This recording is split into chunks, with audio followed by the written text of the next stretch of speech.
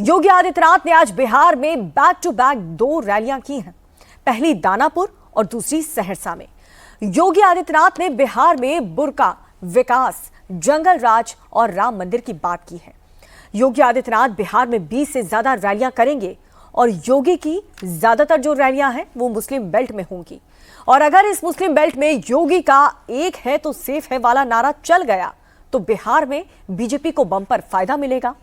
योगी बिहार चुनाव में भी गेम चेंजर बन सकते हैं। बिहार चुनाव में किसने किसको रखा गिरवे?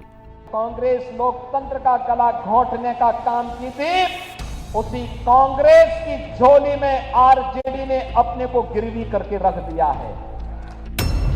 आरजेडी के जंगल राज से योगी ने किसे किया सचेत?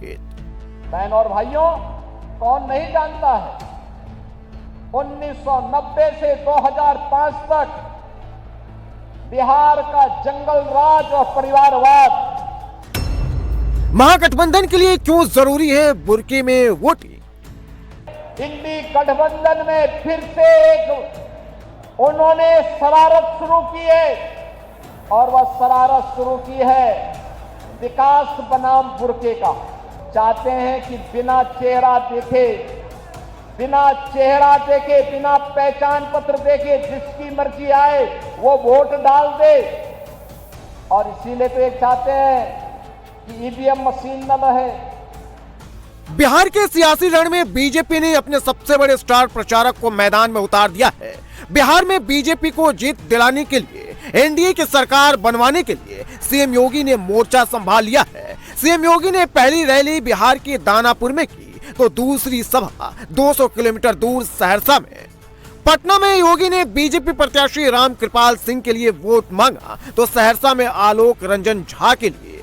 बिहार के सियासी रण में सीएम योगी के उतरते ही एनडीए की जीत का माइलेज बढ़ गया है। बिहार विधानसभा चुनाव में सीएम योगी की एंट्री हो गई है। आज दानापुर में सीएम योगी ने पहली रैली की।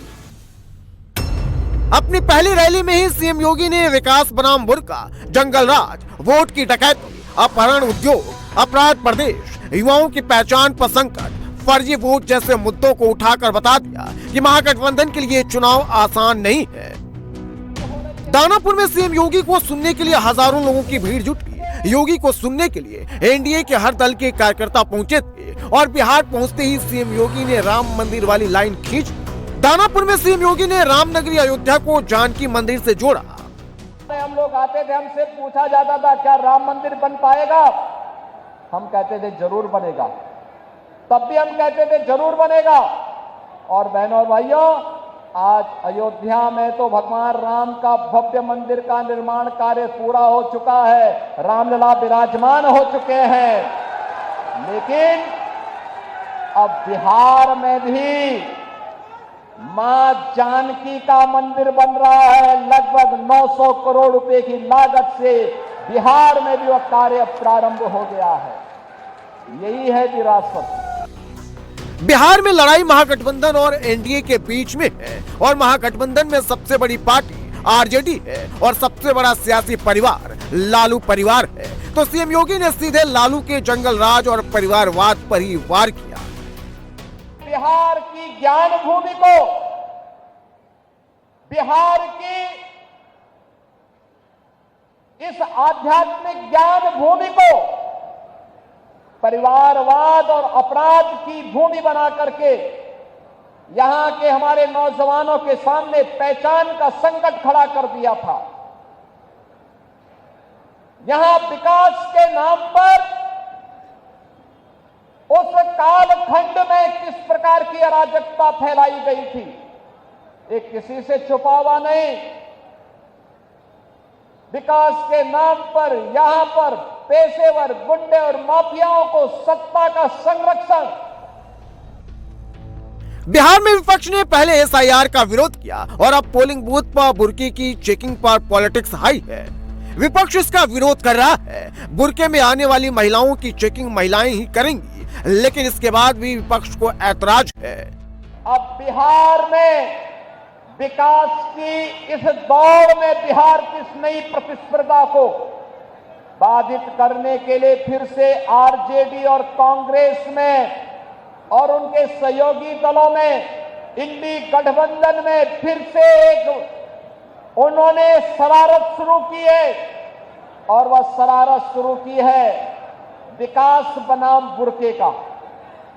जब भी बिहार विकास के बारे में चर्चा कर रहा है, जब बिहार के नौजवानों के मुंह पे विकास की चर्चा है, जब विकास की प्रतिभा को लेकर के बिहार का नौजवान आगे बढ़ना चाहता है, तब यहां पर बुरके को लेकर के कांग्रेस ने, आरजेडी ने नई बहस को आगे बढ़ाने का कुत्सित प्रयास किया है।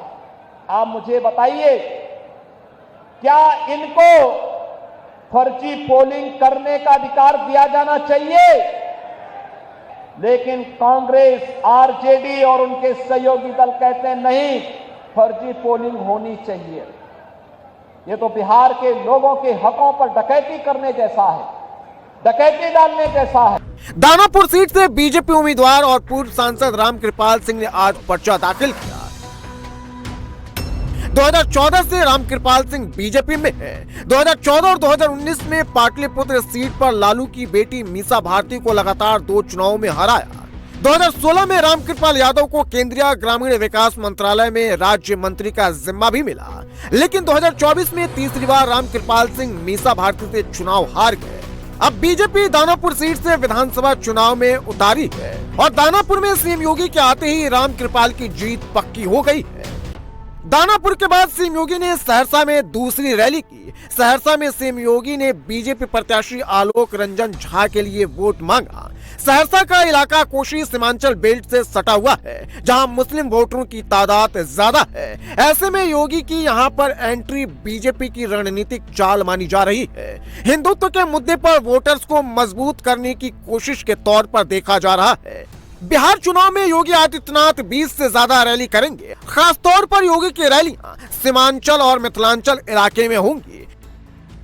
बीजेपी ने सीएम योगी को चुनाव प्रचार में उतारकर हार्डकोर हिंदुत्व का कार्ड चल दिया है और योगी के चाहने वाले सिर्फ यूपी में ही नहीं है, बल्कि बिहार में भी है। ऐसे में योगी के आने से कई सीटों पर महागठबंधन की मुश्किलें बढ़ गई है।